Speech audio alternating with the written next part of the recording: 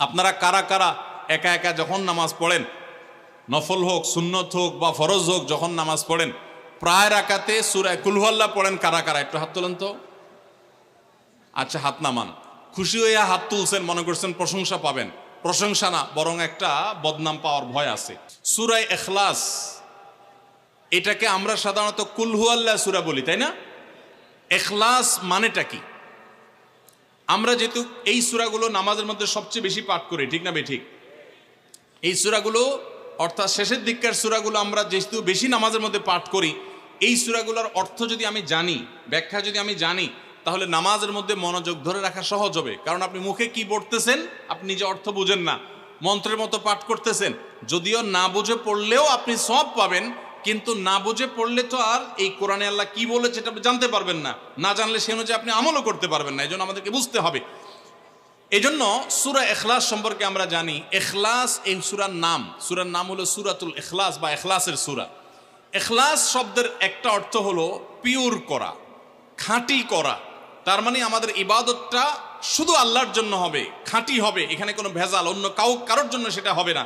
আমাদের দোয়াগুলো সব শুধু আল্লাহর জন্য হবে, খাঁটি এবং ফ্রেশভাবে আল্লাহর জন্য নিবেদন করবো, সাথে আর কারোর সেখানে শরিক করব না।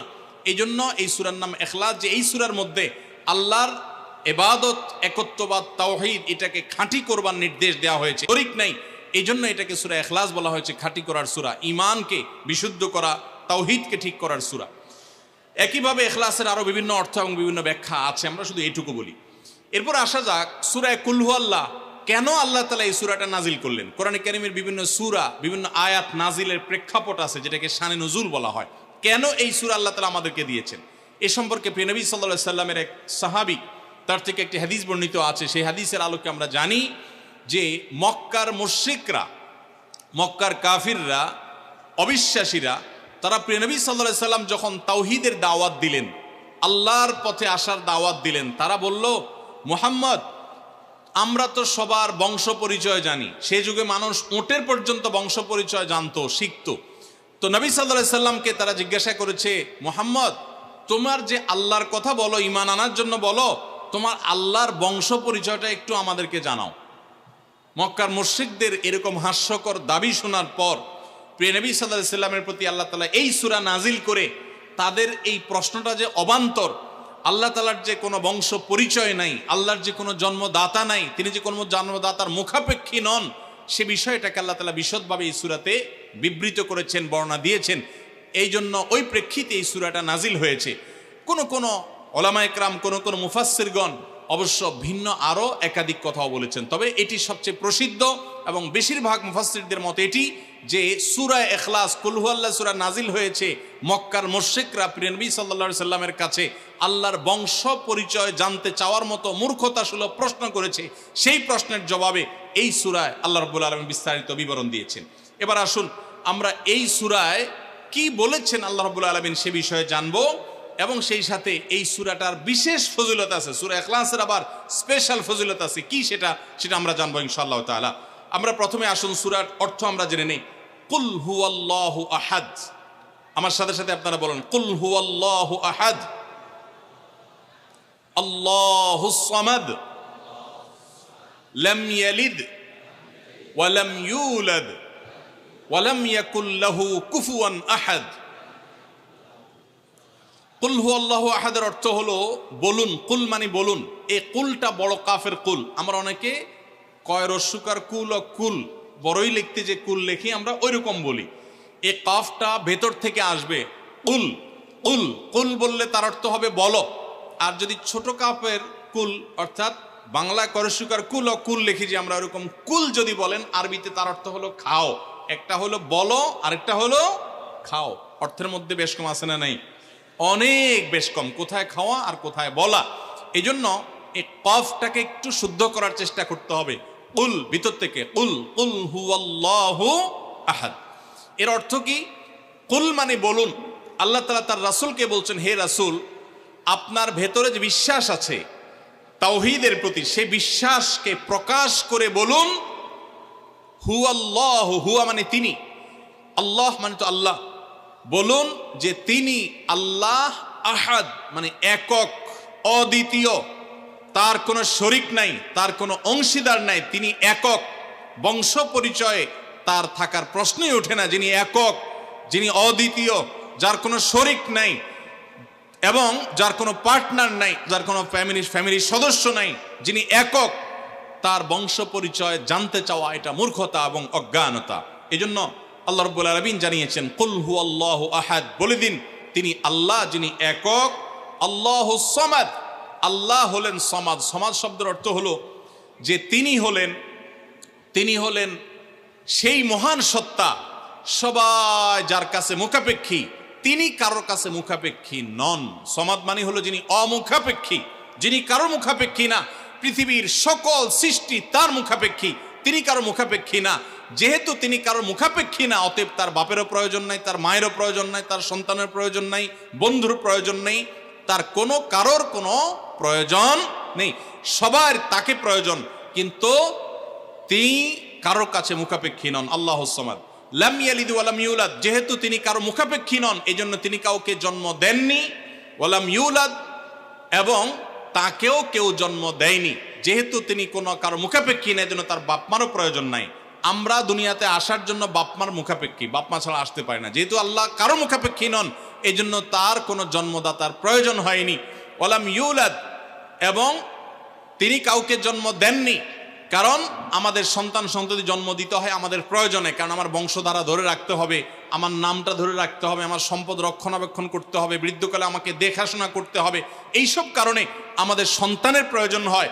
আল্লাহ তাআলা যেহেতু মুখাপেক্ষী নন কোনো কিছুর প্রতি, এই জন্য তার কাউকে জন্ম দিয়ে তার বংশ টিকে রাখারও প্রয়োজন নাই, আবার তাকে কেউ জন্ম দেওয়ারও প্রয়োজন নাই। ওয়ালাম ইয়াকুল্লাহু কুফুয়ান আহাদ, আর তার কোনো সমকক্ষ নাই, তার সমান কেউ নাই, তার সাথে কোনো প্রকার সাদৃশ্য হতে পারে এমন আর কেউ নাই। তিনি অদ্বিতীয়, তিনি একক। এই ছোট ছোট 4টি সূরায় আল্লাহ তাআলার 3টি গুণবাচক নাম আল্লাহ উল্লেখ করেছেন। আল্লাহর মূল নাম যেটা, সেটা উল্লেখ করেছেন আল্লাহ, তার জাতে পাকের নাম।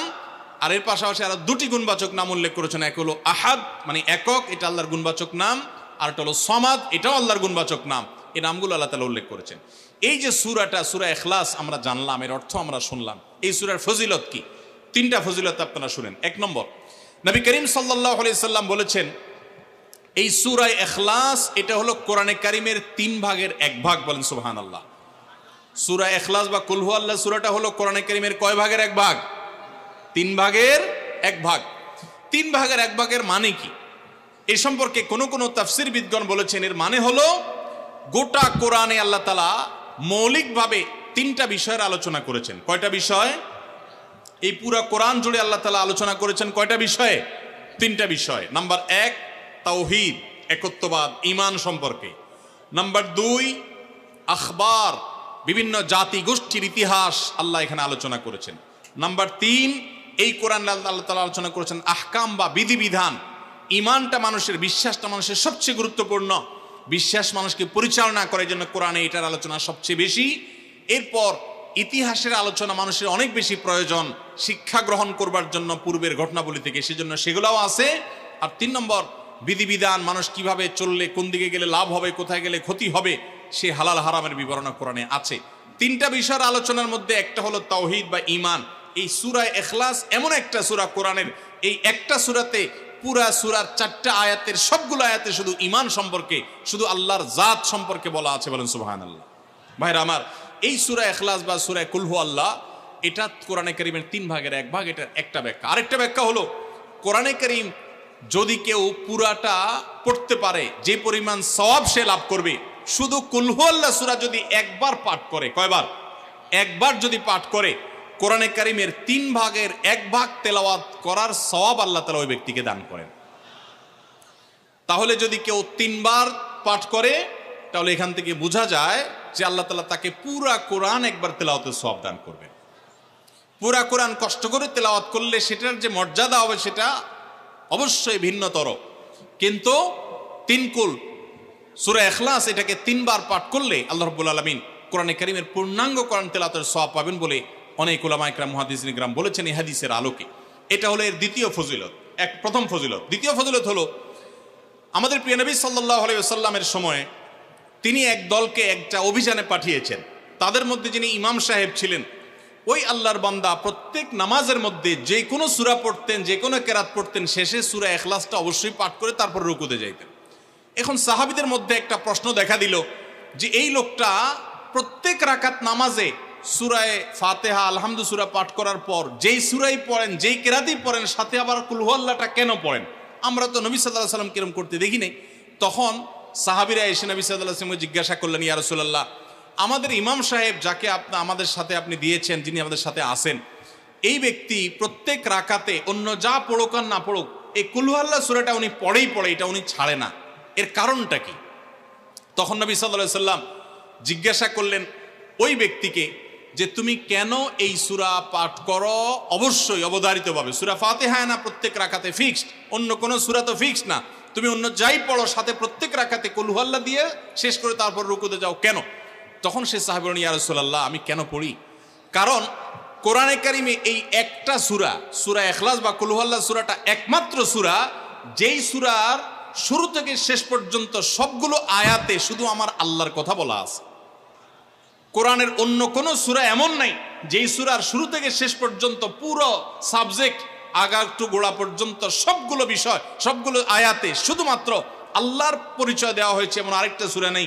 যেহেতু এখানে শুধু আল্লাহর কথাই বলা হয়েছে, এই জন্য এই সূরাকে আমার অনেক বেশি পছন্দ হয়, এই জন্য এই সূরাকে অনেক বেশি আমি ভালোবাসি। আমার আল্লাহর আলোচনা এখানে, অন্যান্য সূরাতে কোথাও ইতিহাস, কোথাও হালাল হারাম, কোথাও বিধিবিধান, কোথাও অন্যান্য আলোচনা আছে, কিন্তু এই সূরায় শুধু আমার আল্লাহর কথা বলা আছে। এই জন্য আল্লাহর মহব্বতে এই সূরাকে আমি অনেক ভালোবাসি, কুল হুয়াল্লাহ সূরাকে।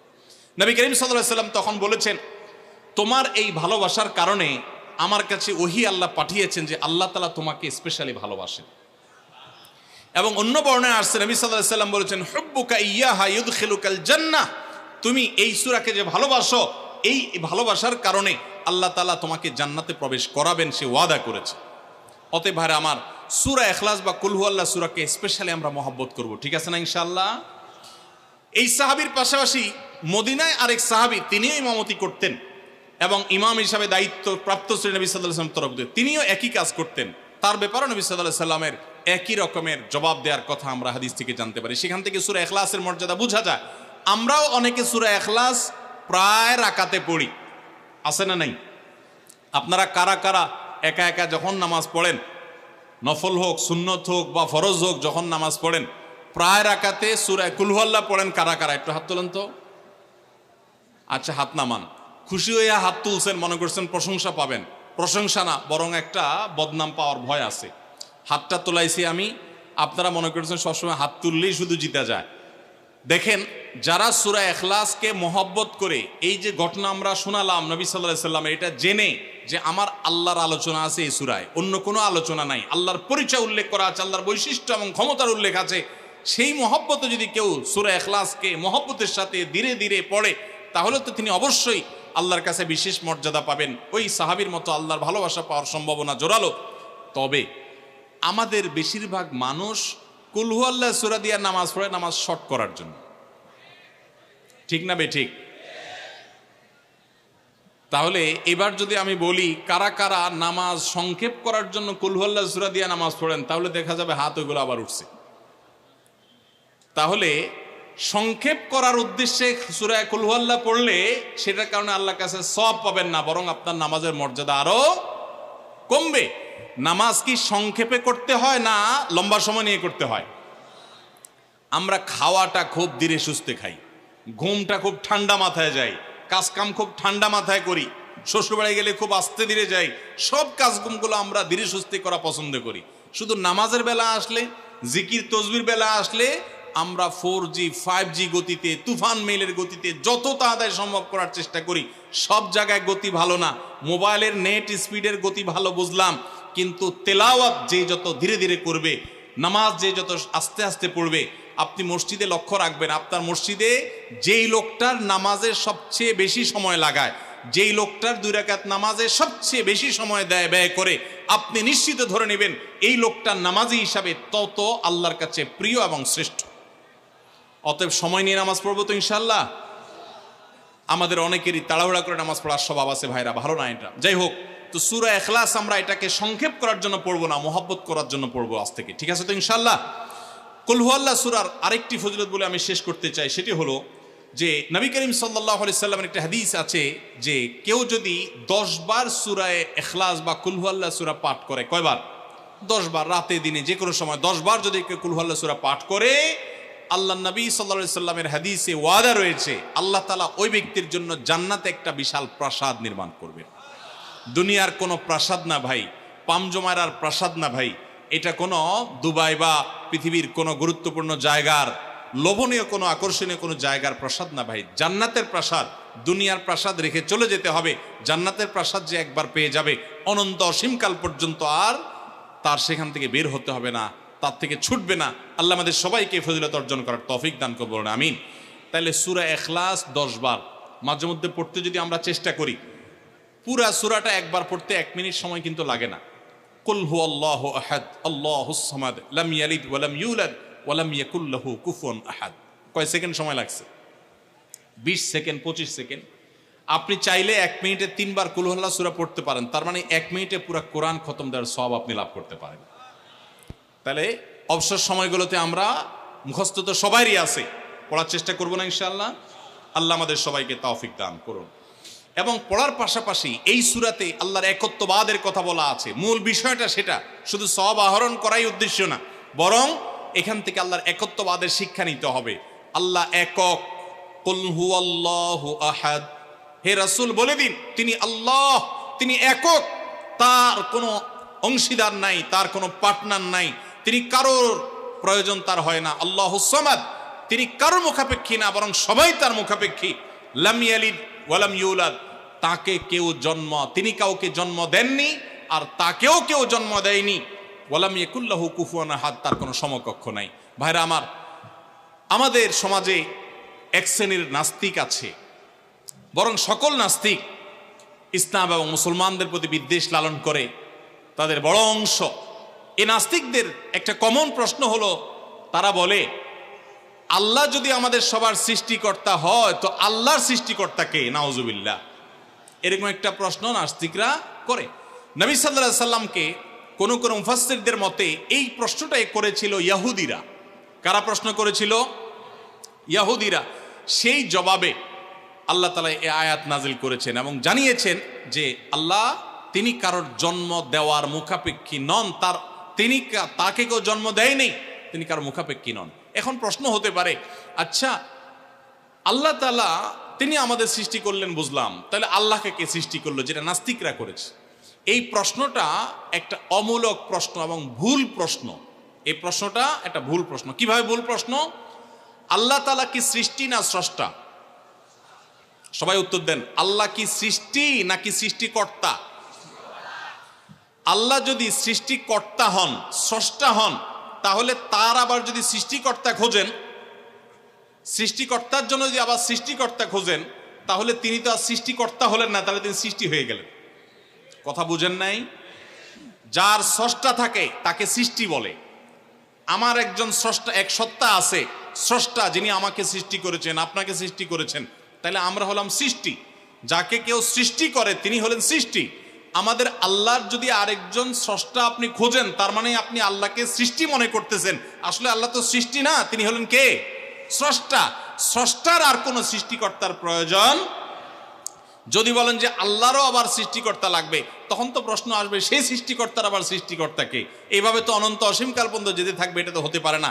এই জন্য পৃথিবীর সব কিছু, সৃষ্টি জগতের সব কিছু কোনো কারণ ছাড়া হয় না। এক মহান সত্তা আল্লাহ রাব্বুল আলামিন, তিনি এমন এক সত্তা যে তিনি নিজে সব কিছু সৃষ্টিকর্তা, তাকে কেউ সৃষ্টি করেন নাই। তার আগে চিন্তা করে যদি আপনি হয়রান হন তো আল্লাহর কাছে পানা চাইবেন, বরং এই চিন্তা না করে আপনি আল্লাহর প্রতি ঈমান আনবেন, শয়তান থেকে পানা চাইবেন। এই যে তিন কুল, এই তিন কুলের আমল এত গুরুত্বপূর্ণ যে আপনাকে শয়তান যখন মনের ভিতর আল্লাহর অস্তিত্ব নিয়ে বাজে চিন্তা করায়, আমাদের কাছে যেসব প্রশ্ন আসে আজকাল, শত শত প্রশ্ন আসে যে হুজুর হঠাৎ করে মনের মধ্যে আল্লাহ সম্পর্কে বাজে চিন্তা আসে, খারাপ চিন্তা আসে, খারাপ কথা মনের মধ্যে আসে, এটা শয়তান করায়।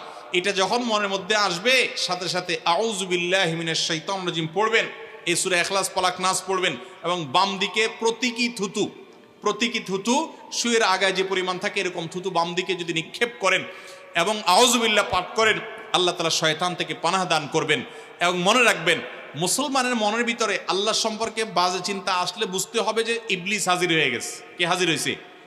ইবলিস আমার মনের ভিতরে কুচিন্তা ঢুকাচ্ছে। এটা মনে হওয়ার সাথে সাথে আমি আরো জোরসে বলবো, কুল হুয়াল্লাহু আহাদ আল্লাহুস সামাদ লাম ইয়ালিদ ওয়া লাম ইউলাদ ওয়া লাম ইয়াকুল লাহু কুফুয়ান আহাদ। আল্লাহ আমাদের সবার ঈমানকে হেফাজত করার তৌফিক দান করুন।